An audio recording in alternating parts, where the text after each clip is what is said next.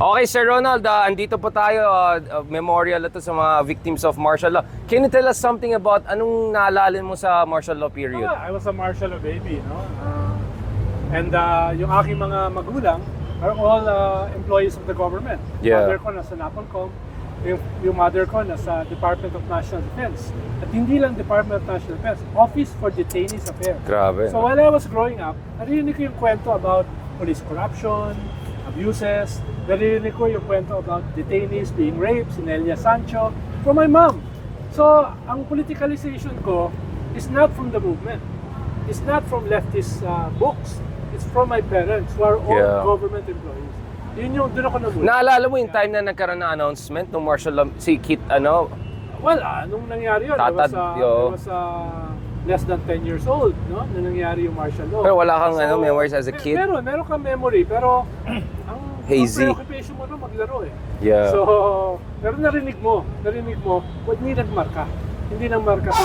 At alam mo, after ng martial law, narinig mo yung mga parents mo talking about ano bang martial law, ano bang nangyayari. Lalo na yung mother ko, Office for Detainees Affairs under Secretary Crisol. Was she anxious? Was she what? I mean, Nakakaabot sa kanya. Yun Yung nga mga rape, torture, no, EJK, no? So, when I was growing up, nasi-shape ako noon.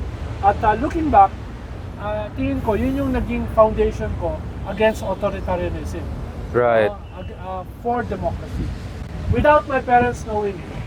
So meron tayong desaparecidos. So this is a parallel to Argentina and Latin America and all, no? So unfortunately, marami din tayong mga kasabay na bansa, no? At yung father ko, NAPOLCOM, nasa committee siya ng mga reklamo against police corruption.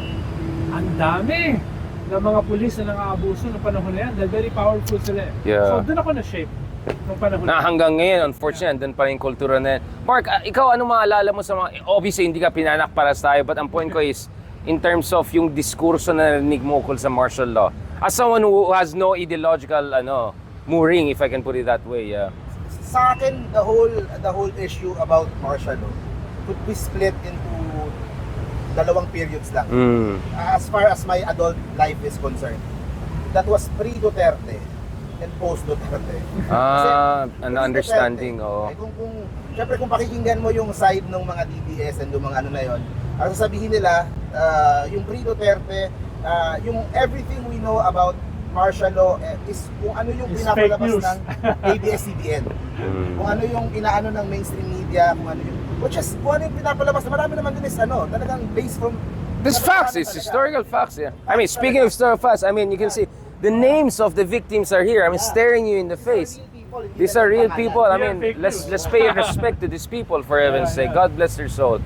God bless their soul. They fought for us, these folks. Merong pananaw ng tao pre-Duterte.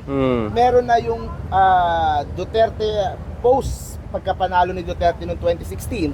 Kasi ang problema kasi, ang target naman, hindi naman martial law yung target talaga. Yeah. Nung para panalo, ang target kasi is yung buong yellow, yung si Pinoy. Kaya kung sino yung kandidato ni Pinoy, kung sino yung... So, to break down si Pinoy, para mawala yung strength nung Pinoy government Para at that makita time. ng tao, ang dami talaga. Each year yan, from 1972 onwards, yeah. Kapatid ni Bicladlad, no? Right, So, andun yung pangalan, yeah. Kapatid ni Pepe Luneta, taga Mindoro. Right, so, right. Pwede mong sabihin, these are real people. These are real people, totoo kilala yun. Ito ng yung tao. creme. Lagman, And these Herman are- Lagman, yeah. These are the creme a la creme ng student movement. Right. No, hindi ito katulad ko na raw 4. Ito yung mga top of their class eh. Diba? Yan yung mga Tsaka may mga Moro brothers din tayo, di ba? Sila Wahid, dito.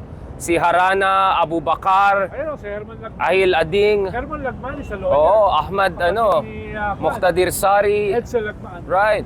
So, kita natin, mga Moro brothers, sisters, and it's male, female, young, not so young. I mean, it's all sorts of different people.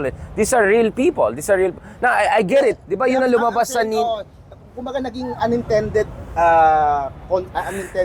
victim is yung Totoong victim. yung totoong nangyari nung martial law para maipanalo yung kalaban ni Pinoy at that time nung 2016. Yeah. Tapos tinuloy-tuloy na kasi all they have to do was to identify yung mga lumalaban kay Duterte na kayo yellow kayo. Hmm. So, in order to break that down, they had to break down the whole martial law narrative.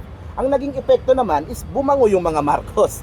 Kaya nakabalik in power. Yun naman yung unintended consequence nung ginawa nung But mga back Duterte then, noon. they didn't know it will come to back to Come on, bite them. bite And them now, kasi- nagpe-people power tong mga walang yan Maclean DDS. Dulat. Yeah, I The mean- leader of the IPs. Nung Grabe, tinatayo di ba? yung Chico Indigenous River Dam, people. pinatay siya nun. Yeah, grabe, Yun no? yung leader ng mga ng mga kababayan mo. Yeah, mga Oo, Cordilleran. These are my people. These are my people. Yeah, I mean, until 1982 nilistahan. Actually, sorry, until 1983 dito. So, kahit na-lift yung martial law, tuloy-tuloy yung pagpatay ng tao at saka mga aktivista eh. Kinukot ko si Maclean Dulag eh. Right. Kasi niya, ang dami ng mga inaapi. Napaka-kaunti na nang-aapi. Na kung tayo ay magkakaisa, Nagsama, oo. sabay-sabay dudura, sa dura lamang natin, kaya natin lunurin yung kakaunting nang-aapi. Maclean Dulag yun. Right, right. Ito sa mga college This days is- ko. Grabe, no? I mean, all the way pala to the end na to, no? 1986 na to. Yeah, grabe. And I'm sure, ito pa yung desaparecidos and all. Hindi So, ako nag-iingat, baka kasama ako dito. yeah, almost, di ba? Were there... I was the first president of the first student council sa University of Bell. But Sir Rona, ano yung mga close call, yung mga talagang almost, you know, yung razor thin, yung what separates you from death or being captured? What, meron ka mga moments na gano'n? Kasi you went all the way eh. Yung panahon ng students ay Oo. mass arrest. Right. After my student days, yun yung delikado. Yung ina-ambush ka, Opo. nilulusob yung opisina nyo, yung headquarters nyo, no? Yun yung mas delikado. Yung mga nag-organize ka na ng trade unions in the post-1982. Yung wala ka na sa kolehiyo. Post-1982. Oo. So, supposedly lifted na yung martial law by this time, di ba? Well, Supposedly, di ba? supposedly. Yeah. What was the difference between before the lifting and after the lifting? Kasi syempre bumisita si Pope, meron pa yung Carter, President Carter, Jimmy Marami Carter pa talking rin- to him. Marami pa rin mga arrest, marami pa rin Yeah. extrajudicial killing. Pero nakita mo na nagsisimula ng humina si President Marcos at nagsisimula na mag-take over si Imelda at saka si Fabian Ver. Yeah. Yung panahon na yun eh. And kalaban na nila sila Enrile na may sariling ambisyon na rin, di ba? Yeah. Nagkaroon na ng Right. division within the Right. government. Eventually, culminated May Padilla, oh. with EDSA uprising. May Padilla. Ako kasi, I felt we have to do this kasi people saying, bakit Duterte kaya ng Duterte? We're just trying to say here, guys, na lahat tinitignan namin, including hindi lang yung mga EJK victims ni Digong, but we're also looking at the original desaparecidos at saka biktima ng massive human rights violation. Kaya may pake kami, kaya concerned kami. Ikaw, sa tingin mo, Mark? Meron din akong comment. Gumawa din ako actually ng vlog dito nung around election time nung 2022 eh. On the other side naman ito yung sa akin yung mga people na who are still holding, kumbaga yung who are guarding yung memories ng martial law and sa akin siguro yung mga defenders nun, they need to understand na like I said, it's a different time. Hindi na to yung pre-2016 na everyone accepted for a fact na talagang madaming masamang nangyari talaga. Marami talagang... This is a fact. Oo. Kasi after yung 2016 onwards, ang dami nang lumabas sa social media, ang dami na. So hati eh. Kahit masakit man para sa mga, lalo na yung people who were around nga during this time, na sa panahon ngayon, kalahati ng population doesn't believe yung mga horror stories and yung mga negative stories na nangyari nung buong panahon na to. So there need to be Dahil 60% ng botante ay 40 years and below. O yun eh. Ibig sabihin, yung pinakamatanda sa kanila are 4 years old nung nangyari, Nung nangyari yung ito. EDSA. Oo. So, and that's the bulk of voters now. Yun. So talagang madaling i-revise ang history. But Ronald, Oh. we're gonna go to Bonifacio and all. Oh. He was like more than 100 years ago, but we still remember. But he was being taught in schools, Oo. no? So that means importante yung... Martial law Exactly. and EDSA was never taught in schools. Yun ang It was problema never natin. part Oo. of the curriculum. And pangalawa, ang gusto ko lang din point kasi ang problema din yung buong people power, yung parang the myth of people power nagagamit din for political Narrative, political narrative nung mga iba din gustong umano sa. So sa akin maganda ilabas siya sa politika and pag-usapan siya as it is.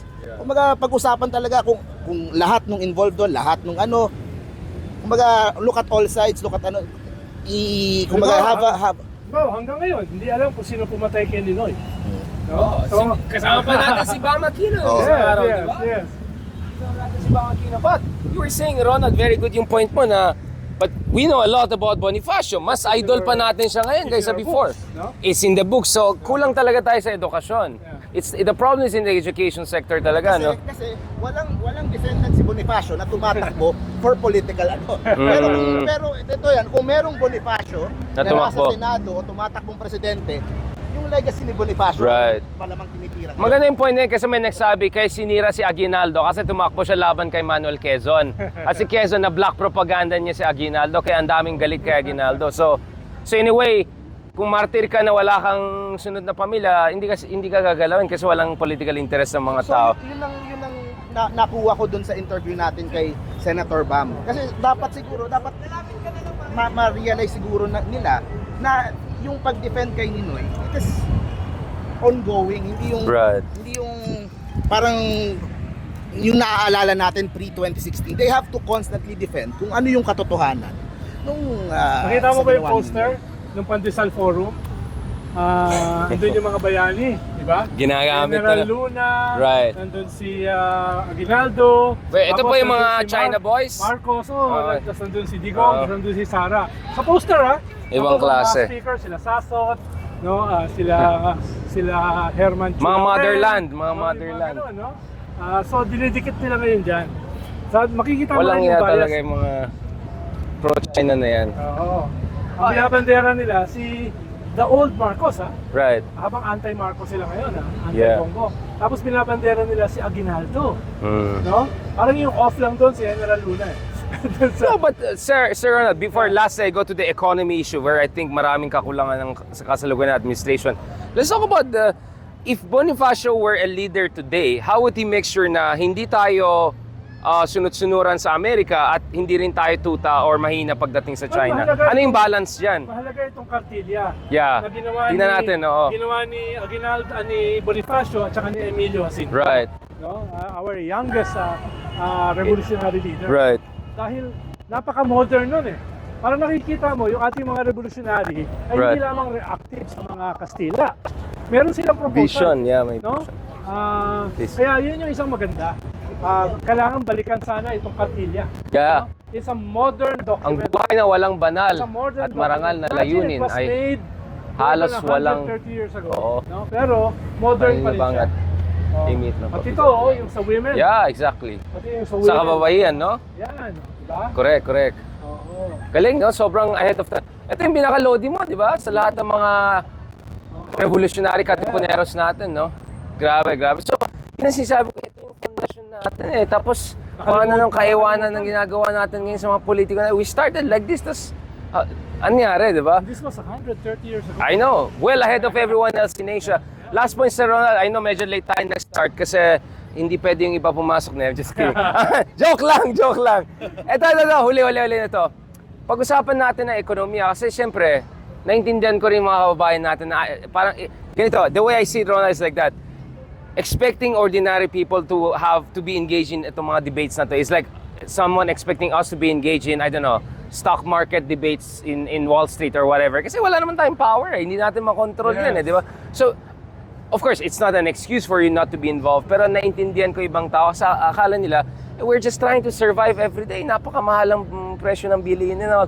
Sir Ronald, what is your understanding? Anong kulang sa economic policies ng kasalukuyan na administration? At saka yung mga lessons ng panahon ni Pinoy. Kasi, let's be honest, Pinoy also didn't really cover all the bases. Yes, dito ako papasok sa ideology. Yeah. Pag pinag-usapan ng ekonomiya. Yeah. Na yung mga dating mga solusyon this past 40 years ay just skimming the surface.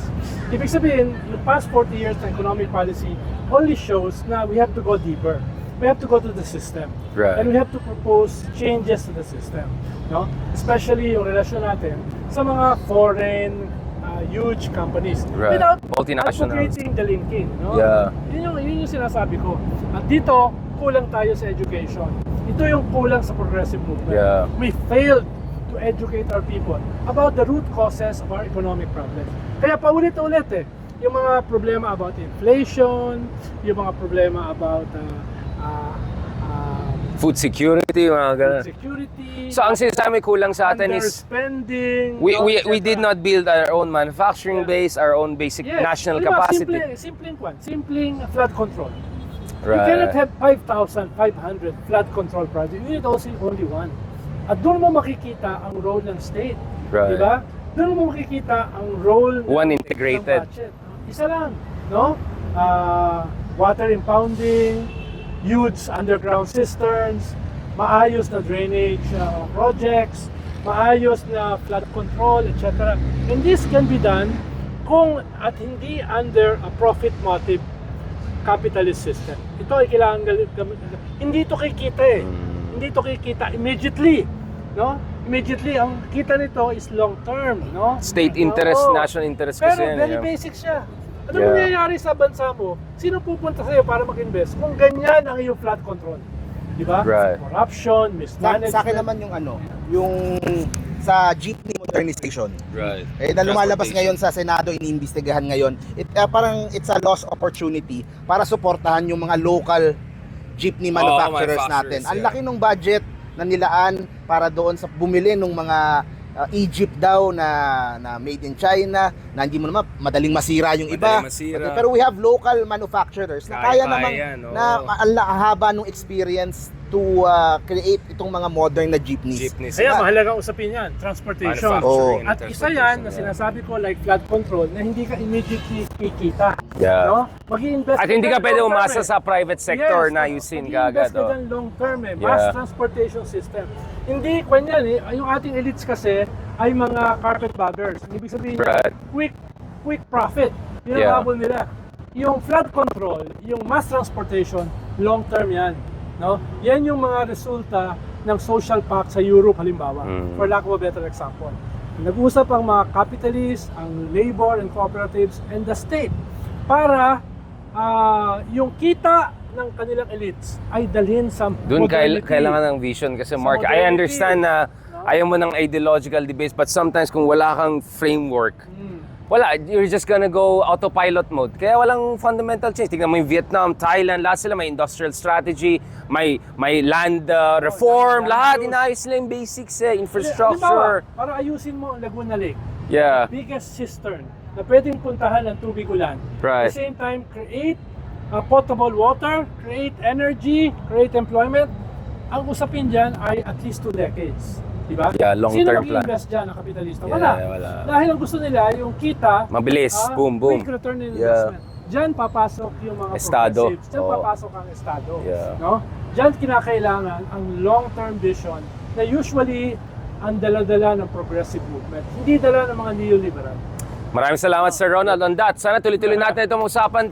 Hindi ganyang kakalya survey pero makabayan medyo talk. On that note, thank you very much guys and catch us soon.